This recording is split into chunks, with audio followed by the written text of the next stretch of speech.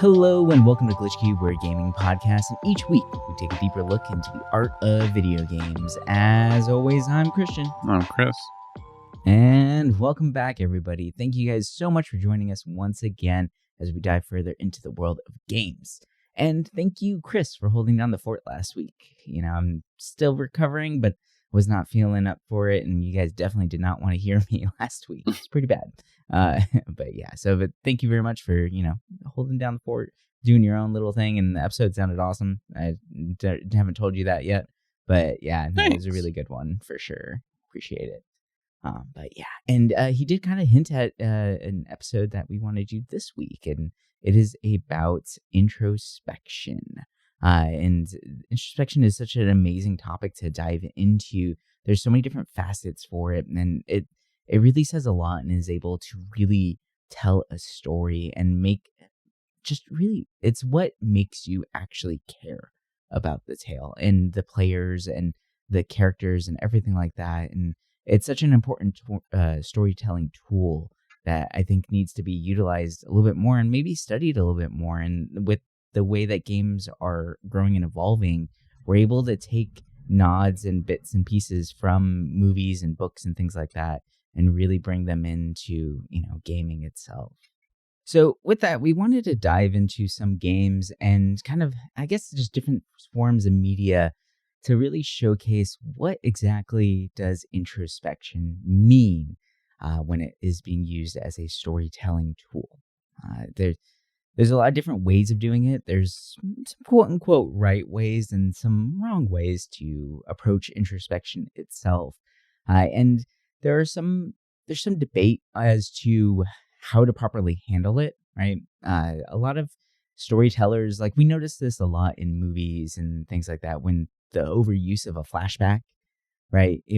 We use introspection to try and make the characters more relatable, to give them more of a reason for the viewer or the player to fall in love with this individual, to actually care about the decisions that are being made at that moment, right then and there.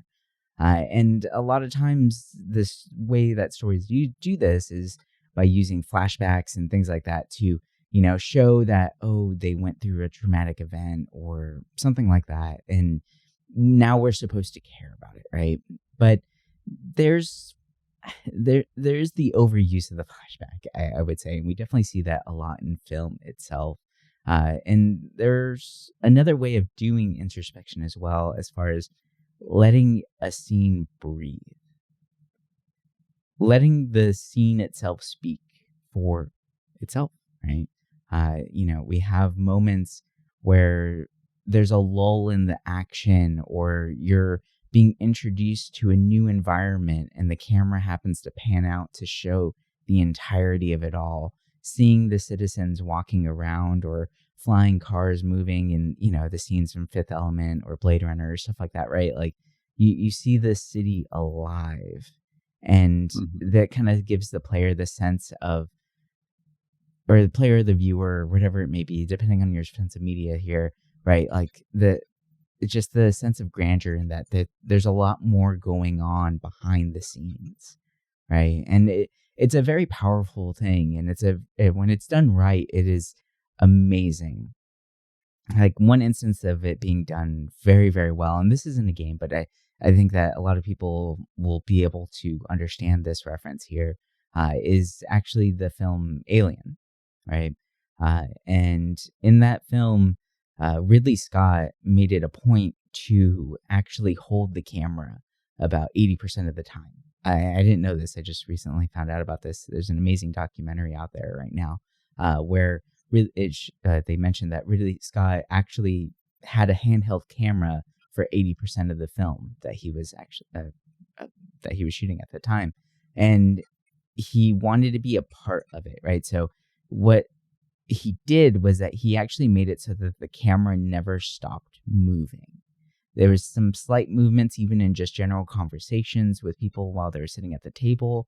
The opening sequences of the camera moving through the corridors, showing that there's life, but yet everyone's still in cryosleep, So it is a very interesting tool to use to show like movement and to put the viewer in the scene itself at that very moment. And it's an amazing way of doing it. And it's so subtle and so light, but whenever you really like dissect it and start looking at it, it's what really creates that tension and makes it feel that much more real. And it's such a beautiful thing in my opinion. And I don't know, like when a game is able to portray introspection properly, it really says a lot. And it really just changes the mood and changes the overall feel of the game itself. Because it's one thing to go through a game and go through the motions and be told that you're the hero of light. Now go collect these 3 trinkets and defeat the big bad. And that's all great, right? But what makes those characters that we fall in love with, like these iconic figures, like our Lynx and, like a Cloud from Final Fantasy VII, right? Like, why are those characters so ingrained in our minds still? What was it about those characters? Or even you probably have your own favorite game, right? Where it's insert main character here. Like what really spoke to you as far as why those characters mean so much? And I bet there is definitely a moment or multiple moments where the game allows you, the player, to take a pause, right? To really dissect what was happening right there, to really absorb all the information that was delivered to you. And that's proper introspection in a game. And it's really, really an amazing, amazing thing. Yeah, that's always been something that's kind of stood out to me. In, like you were saying, like a character will kind of be embedded in your mind, years after you played it. It's just like those moments of like when a character really is kind of like questioning their motives or even their thoughts. It's like it really does give it a personal feel that, say another game that's very similar to it doesn't do that.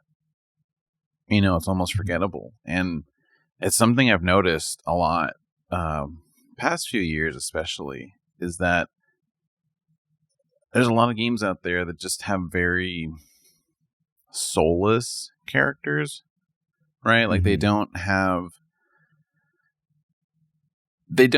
lot of games out there that don't have like where they question themselves or think about what they are to the world. And it's like, I'm not saying like every game needs that, but it really helps. It helps. Yeah. It definitely makes it feel more real. And, especially when you're playing a very story heavy game, if you kind of don't have that, it's just like, it feels very weird. Because you look at other, forms of media, right? Movies, books, everything like that. They'll always have that kind of section in their story. So it's kind of weird when you're playing a game that's story heavy and they don't really have that. Right. It's weird. It doesn't. They don't have anything set to humanize the character themselves. Yeah. Right. Like a perfect example of that, I would say, in recent times is Starfield. You just jump right in, and your character, who is a miner, literally is like, okay, cool, I'll go start exploring space and become the best adventurer and figure out this mass. Like, there's nothing there, and at no point does your character actually question that, right?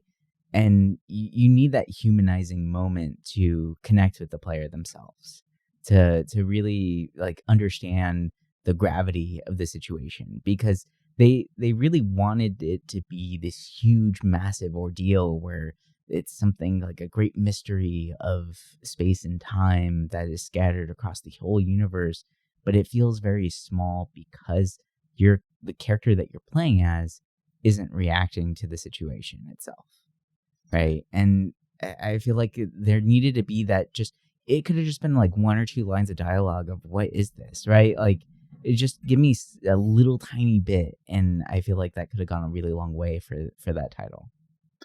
Yeah, it's, I think back to their other games, and that their other games didn't really have too much of that either, but at the same time, you still felt like you had a purpose in that world. And I was thinking that, like, you know, with those games especially, it's more so like you're supposed to really put yourself in that place versus relate to a character in a story. But Right. I think back to, say, a game like A Talos Principle, right? Mm-hmm. Where, obviously you're a robot, right? But Mm-hmm. it puts the introspection on you as a person, right? It's throwing all these philosophical things at you, basically makes you think like, oh, everything is materialistic. The only thing really human or real in this world is just our consciousness. And that's awesome, right? Like it makes you feel like, oh, I'm getting to know myself better, which is kind of weird in a setting like Mm-hmm. that. But it at least humanizes yourself into the world, which, a game like Starfield, they could have done something to kind of make you feel like you're really there. Like it's kind of weird to describe it with those kind of Mm-hmm. games, but I don't know, like making you think about the world in a way that makes you relate to the environment as well, I think is Mm-hmm. also really important. Yeah. And I think what Starfield, and I'm trying not to bag on Starfield again because we did that for a whole episode already.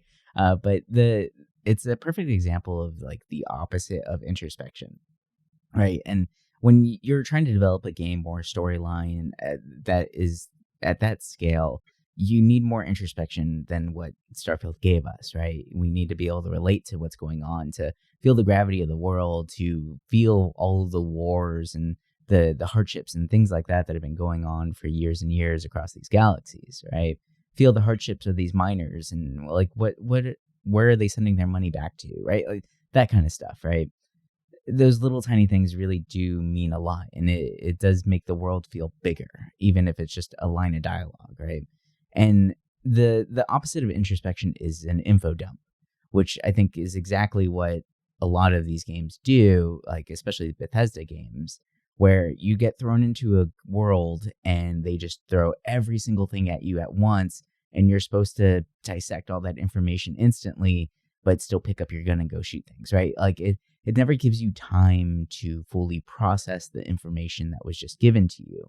And that's a big problem. And there's a lot of films that do that. And it really just depends on the vibe that you're going for whenever you're working on a media piece, right? If it's an action movie like Fast and the Furious 10, you don't really need a lot of introspection. I mean, there is a lot of lore behind it, which I think is hilarious, and people really dive into it and love it. But that is an info dump movie, right? It is very much you just jump in, you shut up, turn your brain off, and just let the information fall over you, right? Or even just any kind of like kung fu karate movie, that kind of stuff. Like you're just letting the information flow, right? Where it's okay, there's a tournament, his master died. Okay, now we're gonna go fight. Like cool, that's all I need to know. We're good, right? And Mm-hmm. if that's the kind of game that you're trying to make, like Mortal Kombat with introspection would be weird, right? Like it wouldn't have the Mm-hmm. same vibe to it. Whereas like Mortal Kombat using info dump, where if you want the lore, it's right there. Just go check it out. Here you go. Here's absolutely everything that you could ever care about. You're good. Just know that you're just there to fight. It's fine, right? So it's a very different style, and it really just depends on what kind of game you're going for. But I feel like whenever you have a game in which you are trying to tell a deep, rich story, or you have a very vast open world, and I think that's what the big issue with a lot of these open world games runs into. I would even say that Breath of the Wild kind of falls into this as well, where it's more of an info dump than it is an introspection, right? You get thrown into this world, you get everything thrown at you in the first hour or two of exactly what needs to be done, and then now go figure it out. And that's fine for some players, and that works for certain games. And For Zelda, it happened to work out because the world itself was interesting enough. But for like repeat play or for really diving in and dissecting characters and trying to figure out like make connections with them and make something memorable, like there are only a certain handful of games out there that I personally will remember 10, 15 years from now and remember an NPC from that game, right? And remember that connection that I had with them. While Tears of the Kingdom is a fantastic game and it's for its own reasons, I'm not looking at the NPCs as a memorable character.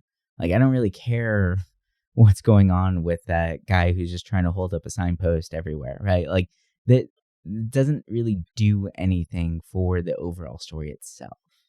And it just really just depends on what kind of story you're trying to tell, right? And I think that's the most important thing to remember. And if you market your game as a very large story based one, you really need to do your research and give the player these moments of pause to truly reflect on things, right? Like, I brought this up to Chris earlier, but the Cyberpunk 2077 has become one of my favorite games of all time, right? And the reason being, and I feel like this game has such strong moments of story and such amazing moments of pause that allows the player to really absorb all the information that was given to them and really truly relate with every single character in this game, NPC or not, right? Like, and not just that, but the city itself too. Like, I think one of the most beautiful tools that they put into Cyberpunk is at some points in the game, NPCs will drive you from place to place, right? And while you're in the car, there's little bits of conversation. Sometimes they'll talk about the mission that just happened, or other times they'll say, like, I just need to clear my head. Can we talk about something else? And I think that's such a human moment that is so amazing that I absolutely love. And the DLC does it a lot too, and it really makes you care about some of these newer characters that are introduced.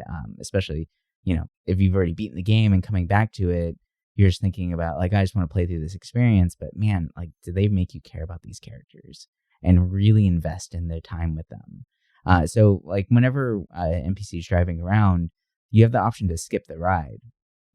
I never do. I let the car just drive. There's little bits of conversation, like I said, that happen. It really means nothing, right? But it's just a very humanizing moment. And it lets me just kind of sit back and watch the city pass. And I feel like if I had just gone through such a crazy, hectic ordeal, the only thing I would want to do is sit down and do nothing for a minute and just decompress and breathe. And Cyberpunk lets you do that as a player. And I think that is so amazing because it really just gives you time to think about, like, what did I just do? And what could I have done differently? And, did I really need to kill that guy? Right? Like, there's so much there that I think is just beautiful in the way that they tell their stories. And it's amazing. And like, to me, that is like the epitome right now of a perfect version of using introspection wisely in a video game. And I'm having a hard time really thinking about another game that is this, action oriented that still gives you these really human moments that are going to last, right? Like, this is a very amazing way to tell a story. Yeah, I forgot about those little NPC conversations in the taxis. Like, it's something you would expect more games to have because, there's a lot of those games where you get driven around or flown around somewhere, and a lot of times it's just like, oh, as soon as you hop in, there's a little conversation real quick and then it ends. But it's nice that there's like a whole, I wouldn't call it a cinematic, but a whole scene, Mm-hmm. where it just feels real, right? Like, it feels like something that, any of us would go through. And it's something I feel like I would want to see more in games, but I'm also thinking like, yeah, probably 90 or 85% of people probably just skip. Yeah. But it's a nice touch, because that's something that, they didn't need to add, but it really helps. And I feel like with that game especially, it's interesting because I guess when I looked at it, I didn't really expect that. Like, I didn't expect your character to be that interesting. And in a lot Right. of ways, they make your character, I find, very uninteresting. But as the game goes on, I'm like, oh, this character that was somewhat of a blank canvas, gains the personality of Silverhands in a sense. Hmm. But it's like still conflicting, right? Like, you still want to be your own person. And it's interesting because I didn't really think that game would get as deep as it did at sometimes. But Yeah.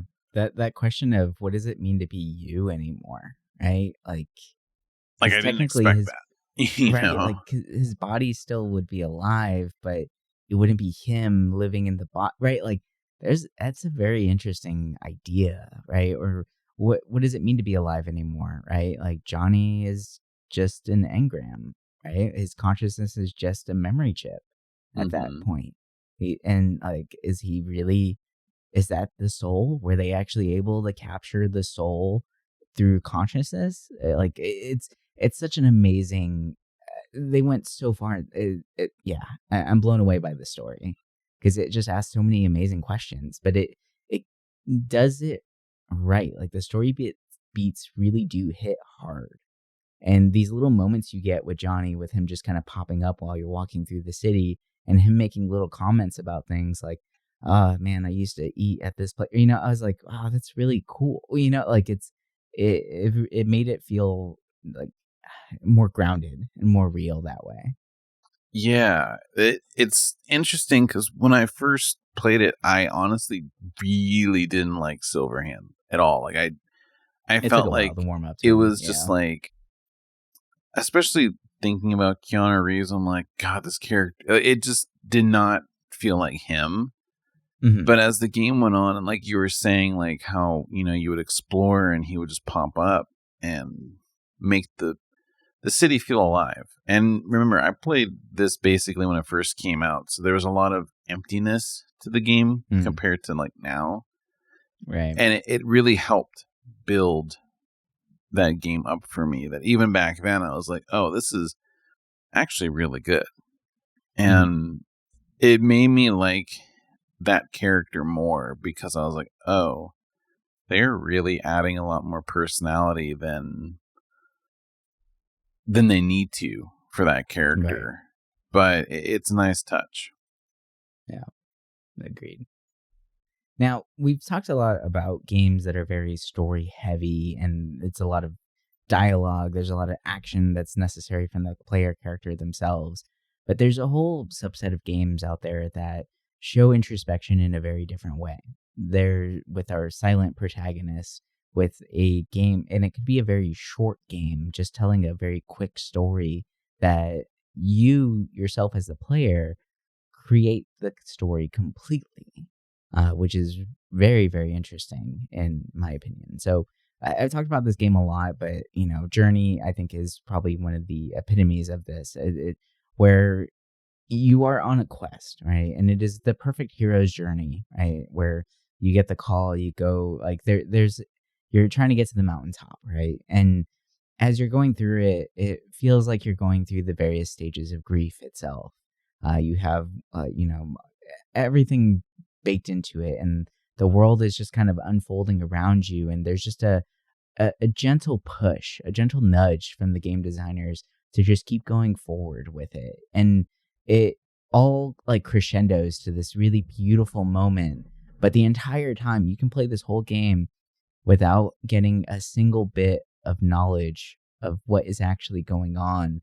But you can leave with such an amazing experience, and you can insert whatever, feeling or whatever you're dealing with, whatever struggle you have at that moment into this game, which I think is really amazing. And it's such a powerful tool to allow the player themselves to imprint their own struggles into a video game, right? Instead of it being a kind of forced on them of, this is the struggles you're dealing with. There's a rebellion that you have to stop, right? Or like there's a fear mongering dictator that is out there and we have to take him out, right? Like it instead of putting such a clear cut like antagonist or goal in front of the player themselves, we're able to kind of just do it on our own. And I really do appreciate stories like that. And there's some amazing films out there that do this too, where the story is kind of what you make it out to be. It's what you need it to be at that moment. And that's what's really amazing about those tales, because they will stand the test of time, right? Like, that's why, I mean, Journey still gets talked about today. And that's why there's books and articles and things like that written about this game, because you're able to insert your own personal struggles on it then, right? When I first played it, I was going through some pretty bad depression, and I was able to kind of visualize my own personal depressions on the character itself, of its struggles going through this, and how difficult it might be to continue to push forward, and how much you want to stop, but you just keep going forward, because the ending it's beautiful, right? And it I don't know, there's something amazing about that, because I bet if I played that right now, my mind would go to a different struggle that I'm going through, or my mind's in a different mindset right now, right? Like, I've gone through that struggle of the past, and now I'm curious of what I would be feeling playing it now. So I think that's the beautiful part about this. And there's a lot of games out there that do that, where there's little bits of lore there just to kind of create the world itself, but the message is what the player wants it to be. And you get to construct it and play this scene out and just live and experience it, which is very amazing. And I like, that has to take some very delicate designing, right? Where it's to not go so heavy handed, but to let someone put in their own personal things, right? Like, that is, I don't know, that's pretty amazing. I feel like it also really depends on the environment of the place, right? Like, say how like in Journey, you're kind of battling, but also living in that environment, right? Like it's It's a struggle from the beginning. Yeah. yeah, it's weird because, I mean, yeah, there's little bits that you can kind of understand the story a little bit better, but it's basically, you come to the conclusion like on your own a little bit. And it's interesting because it's one of those stories where, it's going to be different from someone else, right? What they got from it. And when I played Journey, it was more so like, I remember I didn't play it when it came out. I played it years later. And I went into it thinking, okay, like, I'm going to go into this blind. I remember hearing you talk about it. And I was like, okay, I'll finally like actually sit down and pay attention to it. And it was interesting because I felt like I got a very different idea from it. But at the same time, it also it's hard to describe what I felt from it, but I did feel very like connected to it. And I think it's because of that struggle that, your character goes through to get to the end that you don't see often, right? Like, you see it in, some walking sim kind of games, but it's more so like those characters you play as already have a backstory, right? They already have, like, you look at Firewatch, there's already a story there. You already know why you're there. You look at, What Remains of Edith Finch, like, all of those have like, They had lives before. they had lives before. They didn't have a life that you're kind of thinking about. And it's interesting because I feel like a lot of games have tried to mimic that idea that Journey had. And in my opinion, I feel like none have really come that close. in a sense where it's very like minimal. I used to think about like that with Shadow of the Colossus or stuff like that. And to me, I feel like maybe the closest I've gotten to that feeling was with Jasant recently. And the more I thought about with this episode, the more I was like, you know what? Like a lot of this from that game feels a lot like Journey, even though it's a very different idea. A lot of the same struggles, a lot of the same kind of thoughts come back to me that I felt with Journey, right? Your character's on an uphill struggle. It's not as... It's desolate, but in a different way, right? Like, in Jasant, you're climbing this mountain, and the whole world, there's no water, right? Basically, the planet is barren.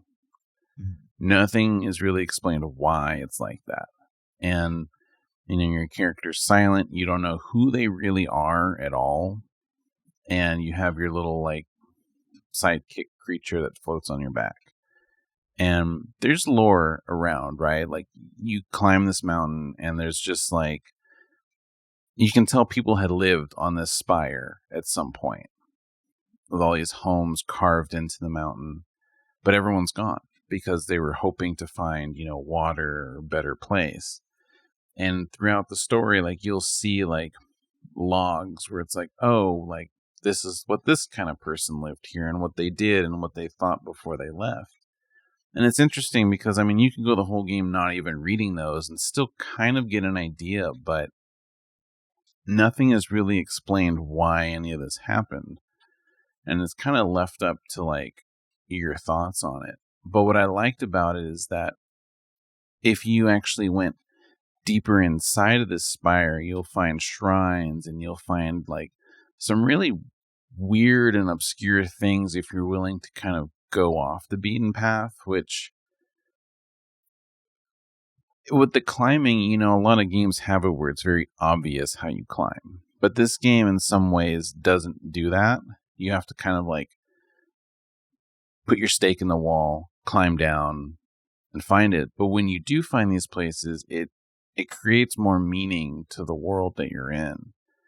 And to me, it made me think like, oh, like, you're trying to climb to this top of the mountain, but you don't know really what's up there. You don't know why you're doing it, but you just are, right? You're persevering through all these struggles. And I remember even there's one point in there that reminded me of Journey a lot, how there was that part where all the snow or the wind kept pushing you back, right? That part hit way too hard for me when I was playing Journey. And something like that happened in Jasant where it's rain and it hits you with waves. And I was like, oh my God, like it's interesting because to me, what I got from it was like, you don't know what's over the wall, but you're determined that it's going to be better than where you're at right now. And I didn't go into the game expecting that at all. I thought it was just going to be a fun climbing game, that looks beautiful, which it is. It's gorgeous. And the gameplay was amazing. Like, the climbing was tight.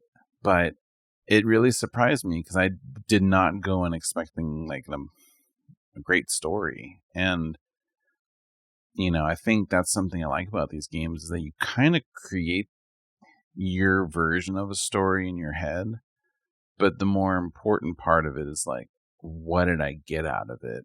And I don't know, it kind of hit me because I was like, oh yeah, like, sometimes we don't know what we want, but we should still keep going and fighting just because you never know, it could be something great at the end of that tunnel or whatever it is you're going through.